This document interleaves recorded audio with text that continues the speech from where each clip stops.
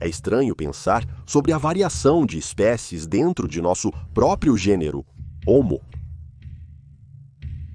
Claro, neandertais, denisovanos e Homo erectus são todos muito diferentes de nós, mas muitas vezes nos consideramos muito semelhantes. É muito humano pensar em nós mesmos acima das leis da natureza, acima dos processos naturais de evolução. Mas hoje, vamos discutir uma espécie que vai transmitir perfeitamente o impacto da evolução em nosso gênero. Em uma ilha, em um país cercado pelo oceano, uma espécie relacionada a nós era endêmica. Isolada na ilha de Flores, no que agora é parte da nação do Sudeste Asiático da Indonésia, vivia uma espécie de humano bastante diferente da maioria das outras. Este era o Homo floresiensis, o homem de flores ou homem-flores. Isolado na ilha, longe de outros gêneros humanos, a evolução teve liberdade para correr solta nesta espécie. E como resultado, esta foi a menor de todas as espécies humanas. Com um pouco mais de 1 metro de altura, o Homo floresiensis foi carinhosamente apelidado de Hobbit da vida real, em referência ao John Ronald Reuel, livro homônimo de Tolkien. Esta pequena espécie humana era bastante diferente de qualquer outra no registro fóssil humano, com talvez a exceção do Homo luzonensis, cuja evolução conta uma história semelhante na ilha de Luzon, nas Filipinas.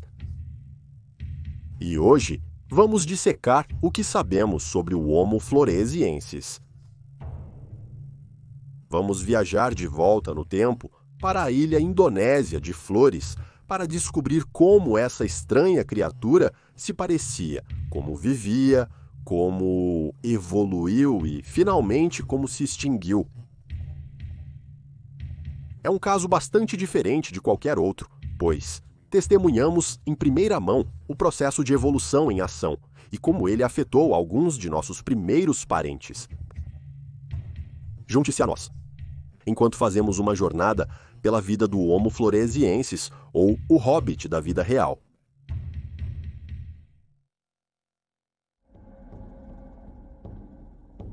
Somos mais próximos do Homo floresiensis do que se imagina.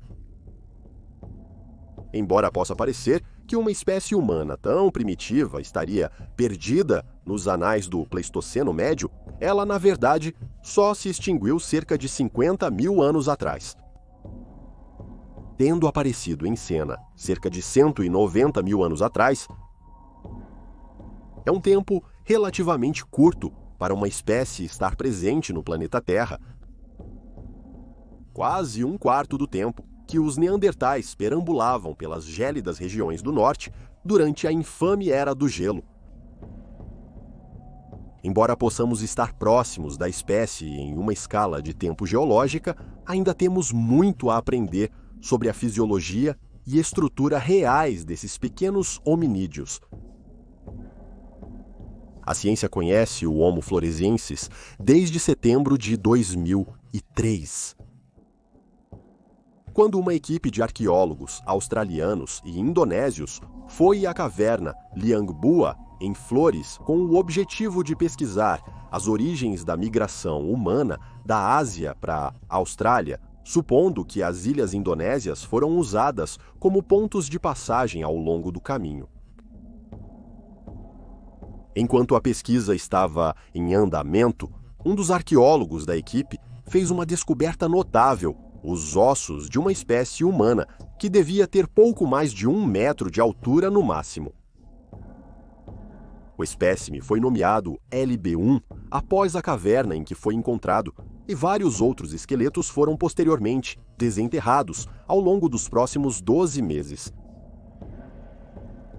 Ao todo, cerca de 15 esqueletos incompletos são conhecidos pela ciência, um dos quais foi encontrado com um crânio parcialmente preservado. nos dando uma boa indicação da estrutura facial do Homo floresiensis. A dona do crânio, desde então, foi apelidada de Pequena Senhora de Flores e foi estimada ter cerca de 30 anos de idade quando morreu. Outros restos fósseis atribuídos à espécie incluem dentes, ossos de braços e pernas, pés, dedos, quadris e ombros. Os fósseis foram identificados, descritos e nomeados pelo antropólogo Peter Brown em 2004, nomeados Homo floresiensis, após a ilha que os primatas chamavam de lar. A primeira coisa que foi notada sobre a espécie vai sem dizer foi o seu tamanho diminuto. Não apenas o Homo floresiensis era fisicamente pequeno, ele também tinha menos capacidade craniana quando comparado com o Homo sapiens. Isso não quer dizer que ele era menos inteligente. Entraremos em mais detalhes mais tarde, mas o uso avançado de ferramentas e a criação de fogo foram associados à espécie, indicando que era de fato uma espécie inteligente. Você teria sido capaz de distinguir nossas duas espécies apenas olhando para as regiões faciais, na verdade. Os dentes do Homo floresiensis eram relativamente maiores do que os nossos. Eles não tinham um queixo proeminente, como os que possuímos, e seus narizes eram mais largos e achatados do que os nossos. Os pequenos hominídeos de Flores também eram mais robustos do que nós. Os ossos das pernas deles eram comparativamente mais grossos e seus pés eram longos e planos, com dedos curtos. Como resultado, os indivíduos do Homo floresiensis teriam dobrado seus joelhos mais para trás do que nós ao caminhar, forçando-os a ter velocidades de locomoção baixas e uma marcha incomum, que os faria dar passos altos, ao invés de se mover com os pés baixos no chão. A orientação dos ossos dos braços deles também diferia da nossa. As articulações dos cotovelos do Homo floresiensis não eram tão flexíveis quanto as nossas, e isso os forçava a uma posição quase constante de encolhimento de ombros, com o movimento limitado das articulações do braço. Os pulsos desses hominídeos também eram mais semelhantes aos dos primeiros hominídeos australopithecus, aqueles que primeiro desceram das árvores em duas pernas no meio do Pleistoceno. Isso não significa que seus corpos eram menos evoluídos que outras espécies humanas. Eles evoluíram para se adequar a um papel específico em sua nova ilha natal, e cada adaptação teria sido resultado da evolução para se adequar a essa nova casa.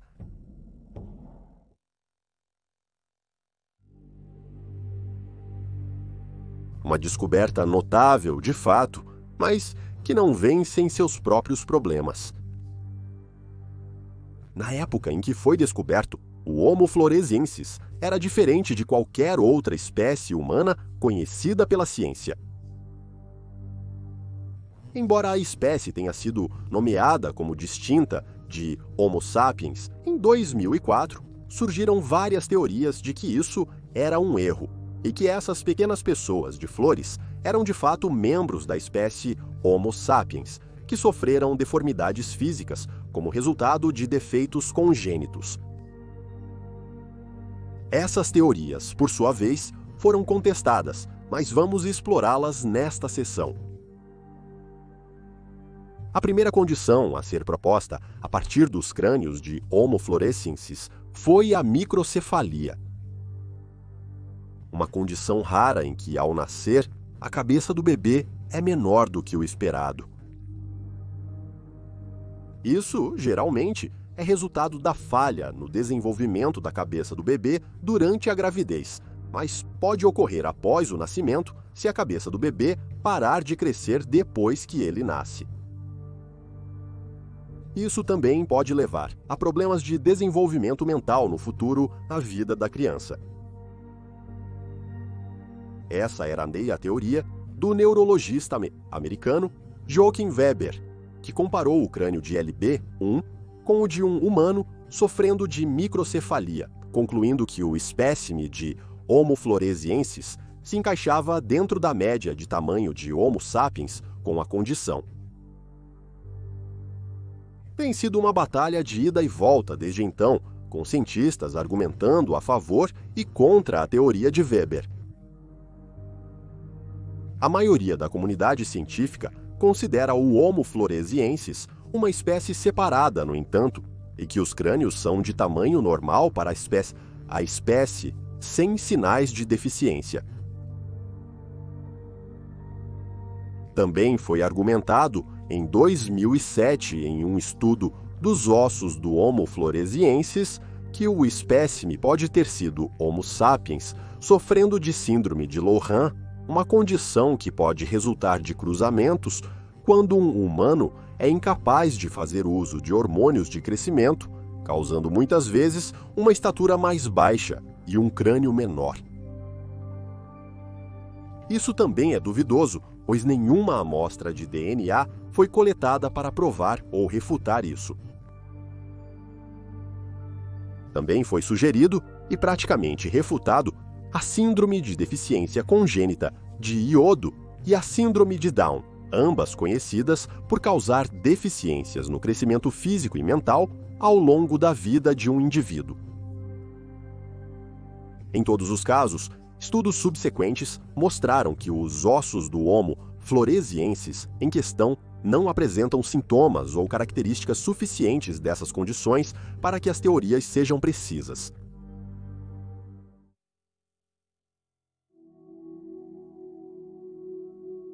Então sabemos como era o Homo floresiensis e onde ele foi encontrado. Mas como ele evoluiu? Como uma espécie descendente de hominídeos, quase do tamanho de humanos modernos, ficou tão pequena em comparação? A resposta pode ser encontrada em seu ambiente. Ilhas. O nanismo insular ou nanismo insular é o processo evolutivo que se estabeleceu para produzir o Homo floresiensis. Mas como isso funciona? Nossos pequenos primos hominídeos são, na verdade, um excelente exemplo. Quando os descendentes do Homo floresiensis chegaram pela primeira vez em Flores, eles foram inadvertidamente presos lá. Não se sabe ao certo exatamente como seus descendentes chegaram a Flores. Talvez eles tenham flutuado sobre destroços carregados pelos ventos do oceano a partir da Ásia continental. Talvez até tenham nadado, pulando de ilha em ilha ou em jangadas de bambu através de várias partes da Malásia e Indonésia ao longo do caminho. Alternativamente, pode ser que uma ponte de terra temporária tenha surgido, conectando Flores à área onde os descendentes do Homo floresiensis estavam vivendo, apenas para desaparecer e aprisionar uma população lá ao longo do tempo. Ao longo dos milênios, os descendentes do Homo floresiensis começaram a mudar em correspondência ao seu novo ambiente. No continente, um hominídeo poderia viajar para onde quisesse. Sem barreiras naturais, a comida era abundante e o mundo era deles para explorar. Em uma ilha cercada pelo oceano, no entanto, essas pessoas ficaram presas. Eles não conseguiram, por um motivo ou outro, deixar a ilha com segurança. Uma ilha é apenas tão grande e os recursos alimentares, se você não pode deixá-la, são limitados. Portanto, a seleção natural intervém, e para aquelas espécies que conseguem, evoluem em tamanhos pequenos. Ser menor geralmente significa que você não precisa de tanta comida para abastecer seu corpo. E, por sua vez, isso faz com que você esteja melhor adaptado para lidar com um ambiente limitado. Existem muitos exemplos modernos de nanismo insular em todo o mundo. A ilha de Nosihara, na costa de Madagascar, está cheia de criaturas que são muito menores do que suas contrapartes do continente de Madagascar, devido ao nanismo insular. Exemplos incluem o lêmure anão de Nosihara e o camaleão anão de Nosihara. Ambos são apenas uma pequena fração de seus tamanhos habituais quando encontrados em outros lugares. Isso até ocorreu com os dinossauros. Europosaurus, um gênero de dinossauro, saurópode, de pescoço longo, relacionado ao famoso Brachiosaurus, ficou encalhado em ilhas, que agora são partes da Baixa Saxônia, na Alemanha. Como resultado, essas criaturas mediam 6 metros de comprimento, relativamente pequenas, quando você leva em conta que seus primos do continente chegavam a 23 metros.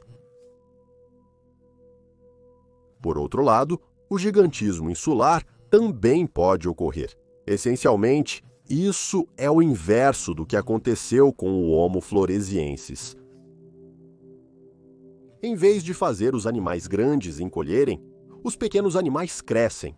Muitas vezes, se houver uma abundância de alimentos disponíveis para eles naquela ilha que não está sendo explorada por uma espécie que já faz parte desse ecossistema. Exemplos modernos incluem as tartarugas gigantes de Galápagos, a águia das Filipinas e o geco gigante da Nova Caledônia. Enquanto na lista de extintos temos as moas gigantes, lêmures preguiçosos e dodos.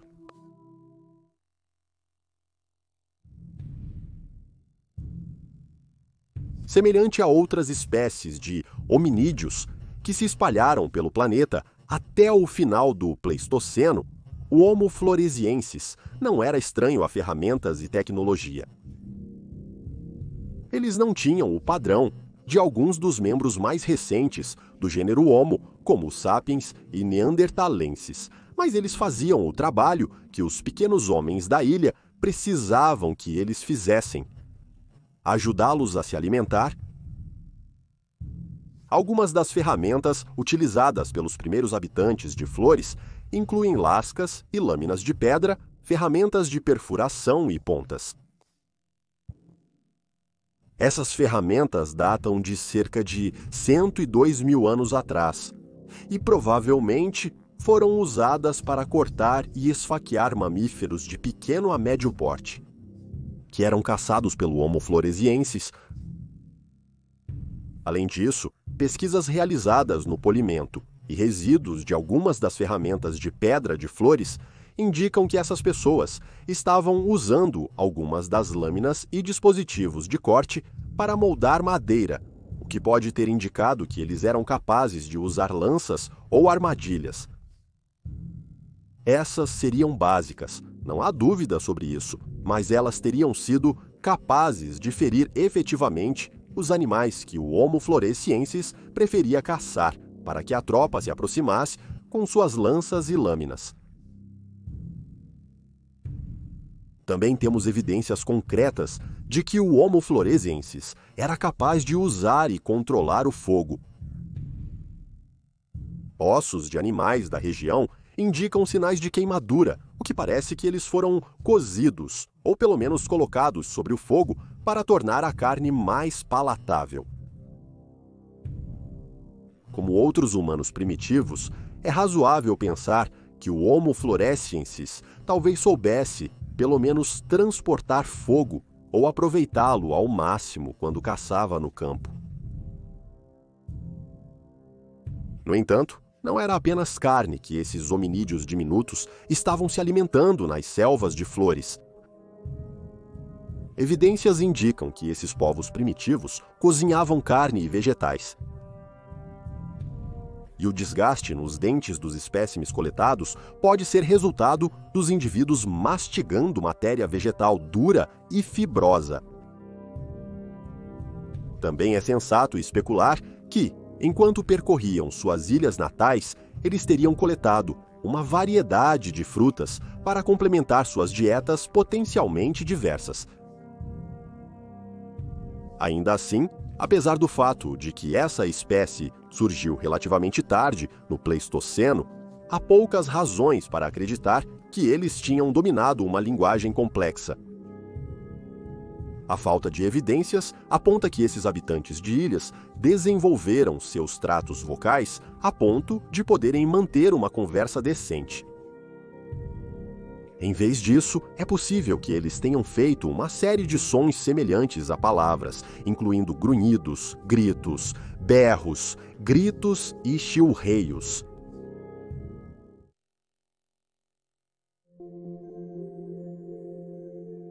Hoje Flores é uma das menores ilhas de Sunda, localizada no sul da Indonésia.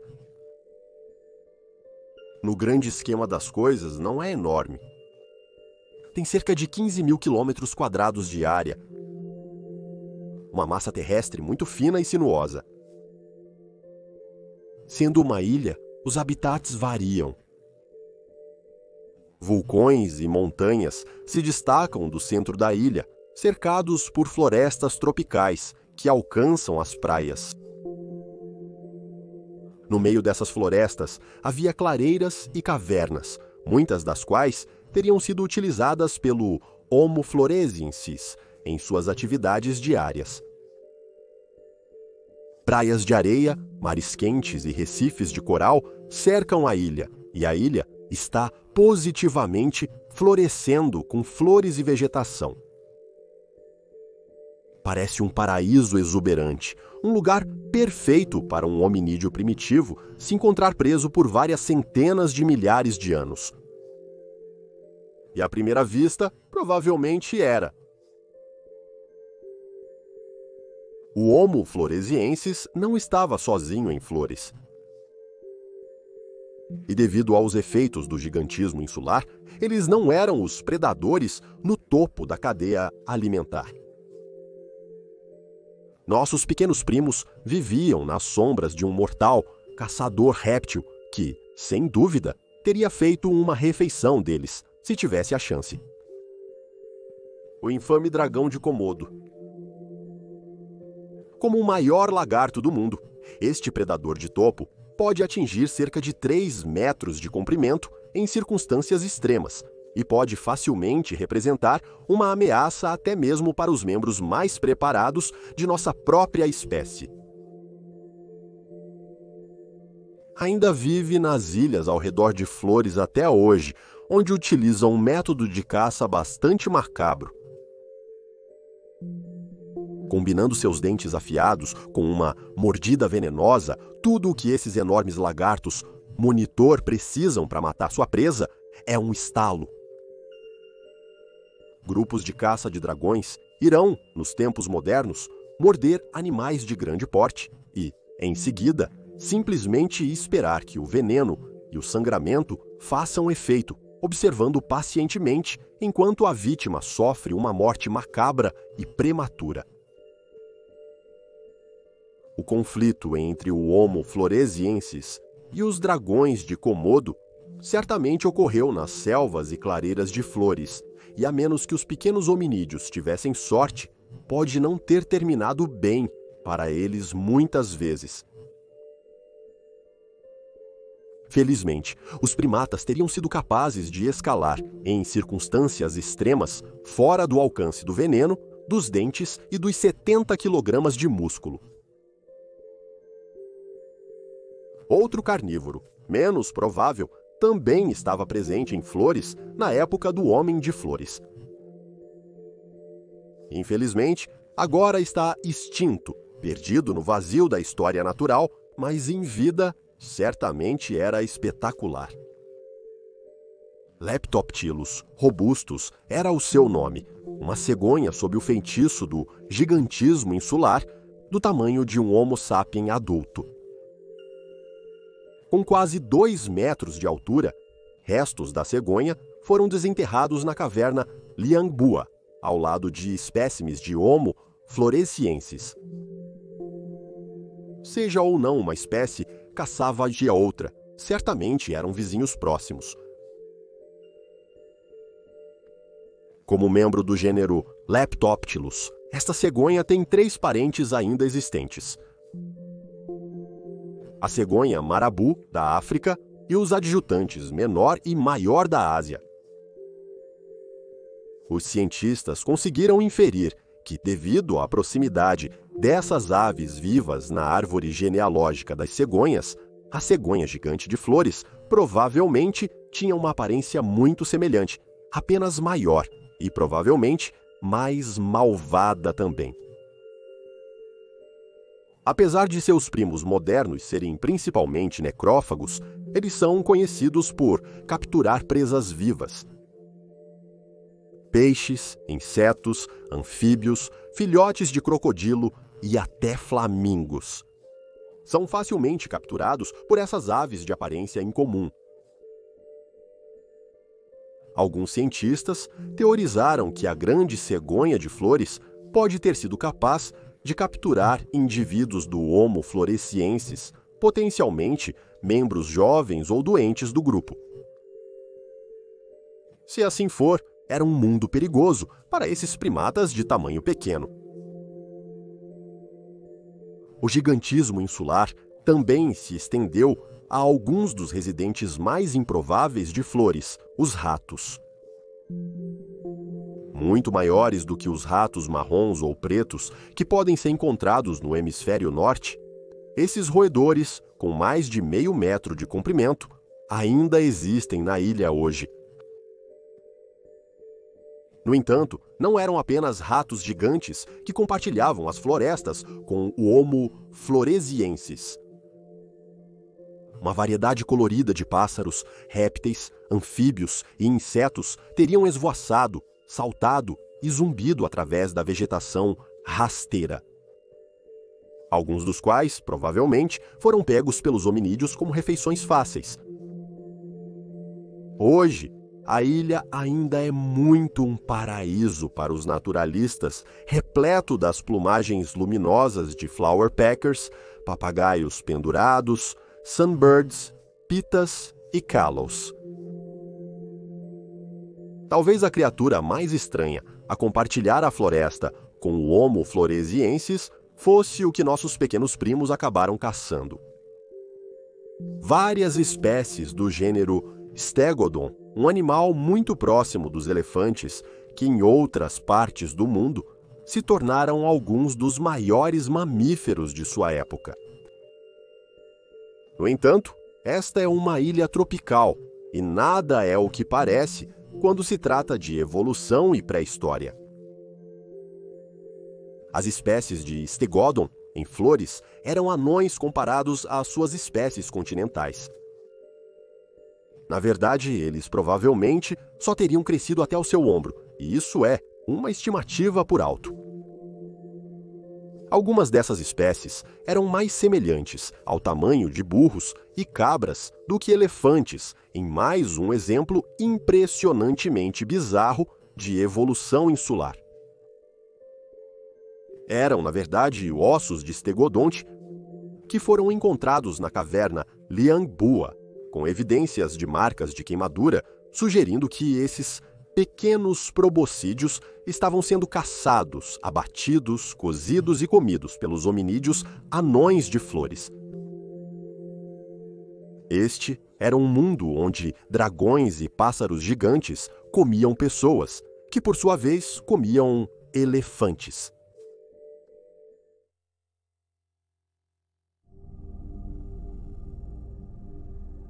Como você provavelmente já percebeu, não existem outras espécies de seres humanos vivos no planeta Terra hoje. Homo sapiens é o único que permanece, e o Homo floresiensis é, infelizmente, coisa do passado. Mas por quê? Certamente, isolados em seu pequeno paraíso insular, esses primatas poderiam ter prosperado, longe da agitação e do caos do continente. Como em todas as coisas na natureza, não é tão simples assim. Duas teorias principais estão em discussão sobre por que o Homo floresiensis desapareceu das selvas da Indonésia. E, como geralmente acontece, a interferência do Homo sapiens é listada como uma delas.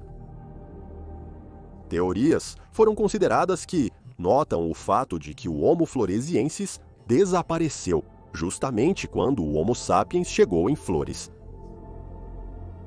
Talvez, quando as duas espécies se encontraram, os habitantes da ilha não receberam bem a intrusão. Alternativamente, talvez os primeiros humanos não reconheceram o Homo floresiensis como humanos, exterminando-os para que pudessem viver em Flores. Concordo, violência era desnecessária. Pode ter sido apenas um caso de competição intensa. Quando os sapiens se mudaram, talvez os floresienses simplesmente não conseguiram acompanhar. Os humanos, como sabemos, são destrutivos e, por serem maiores, necessitavam de mais comida do que os habitantes originais de Flores. À medida que os humanos caçavam o Stegodon, do qual os habitantes da ilha dependiam, talvez eles não conseguissem lidar com a perda de comida e acabaram morrendo como resultado. Alternativamente, há uma chance de que os pequenos hominídeos foram vítimas de seu próprio ambiente. Flores é uma ilha vulcânica, com um principal vulcão ativo, Kalimutu. Evidências de erupções vulcânicas mostram que a montanha poderia ter sufocado a ilha no Pleistoceno, eliminando os grandes habitantes de Flores diretamente ou indiretamente ao exterminar as fontes de alimento. De qualquer forma, os pequenos habitantes de Flores se perderam no tempo, e tudo o que temos são seus ossos.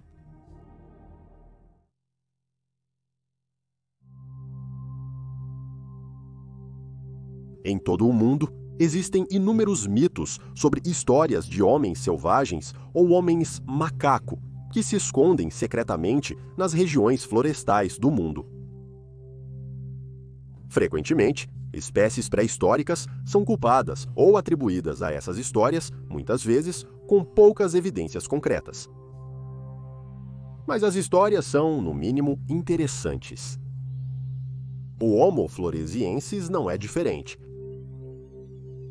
No entanto, como você pode imaginar, eles não vão ser o assunto de uma história semelhante ao pé grande, nem são a explicação para o Yeti dos Himalaias. Não, o Homo floresiensis foi incorporado ao folclore indonésio no mito do Ebu Gogo. O povo de Flores há muito fala de pequenas criaturas semelhantes a humanos, que correm pelas selvas da ilha. Eles nomearam essas criaturas de Ebu Gogo, Ebu traduzindo para avô e Gogo traduzindo para aquele que come qualquer coisa na língua nativa Nogai, da região central de Flores. Histórias originárias da ilha, presumivelmente passadas ao longo das gerações, descrevem o Ebu Gogo como humanoides de movimentos rápidos, com pouco mais de 1 metro de altura. Seus rostos e narizes são largos e chatos, seus corpos são peludos, e eles supostamente são capazes de produzir ruídos de sussurro, repetindo o que é dito a eles à maneira de um papagaio. Soa familiar, não é? Uma das histórias mais conhecidas sobre o Ebu Gogo descreve como os aldeões no século XVIII ficaram cansados das criaturas, roubando suas aldeias e atacando seus filhos. Quando eles não aguentaram mais, era hora de traçar um plano. Em uma versão do Sudeste Asiático da história do cavalo de Troia, os aldeões cobriram os Ebu Gogo com presentes para convencê-los a parar os ataques. Especificamente, fibra de palmeira, que poderia ajudar os pequenos humanoides a confeccionar roupas. Só que havia uma armadilha sinistra. Assim que os Ebugogo levaram a fibra de palmeira para a caverna, os aldeões jogaram uma tocha atrás deles, incendiando os presentes facilmente inflamáveis e as criaturas que os carregavam. A história conta que quase todos os Ebugogo foram mortos no ataque retaliatório, mas um par conseguiu escapar do incêndio, e rumores dizem que os Ebugogo ainda residem nas profundezas das florestas de flores até hoje. É uma história elaborada e divertida, mas quanto disso é verdade? As histórias do Ebugogo antecedem a descoberta do Homo floresiensis, para começar. Essas histórias supostamente atravessam gerações, enquanto a ciência só conhece a existência do Homo floresiensis há 20 anos. Então foi quando o etnólogo Gregory Forth sugeriu em 2008 que pode haver um indício de verdade nas lendas do Ebugogo e que as histórias realmente descrevem encontros antigos entre nossa própria espécie e o Homo floresiensis. A comunidade de criptozoologia ficou alvoroçada. Uma rápida pesquisa sobre a espécie levará você às suas conexões com o folclore antes que demore muito. Mas será que isso realmente é verdade? Realmente, existiam populações sobreviventes deste pequeno hominídeo vagando pelas florestas de flores no século XVIII, roubando comida e crianças humanas das aldeias? A maioria dos cientistas não parece pensar assim. A falta de ossos, com menos de 50 mil anos, é o que influencia isso. Simplesmente, não há como uma espécie tão notável passar despercebida em uma ilha densamente povoada por tantos anos sem registro ou detecção científica. Por enquanto, parece que o Ebugogo permanecerá um mito, até que tenhamos prova científica de um hominídeo extinto do final do Pleistoceno, se movendo pelas selvas de flores. Homo floresiensis também pode se considerar uma referência da cultura pop. Hobbit é, na verdade, o apelido mais comum para esses hominídeos, baseado na raça fictícia de humanoides pequenos no livro de mesmo nome. Quando os ossos foram desenterrados, alguns de seus descobridores sugeriram chamar a criatura de Homo hobbitus.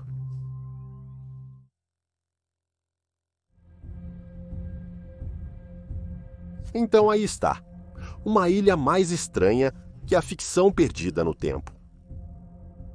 Um mundo onde nossos antigos parentes fugiram dos maiores lagartos existentes no mundo.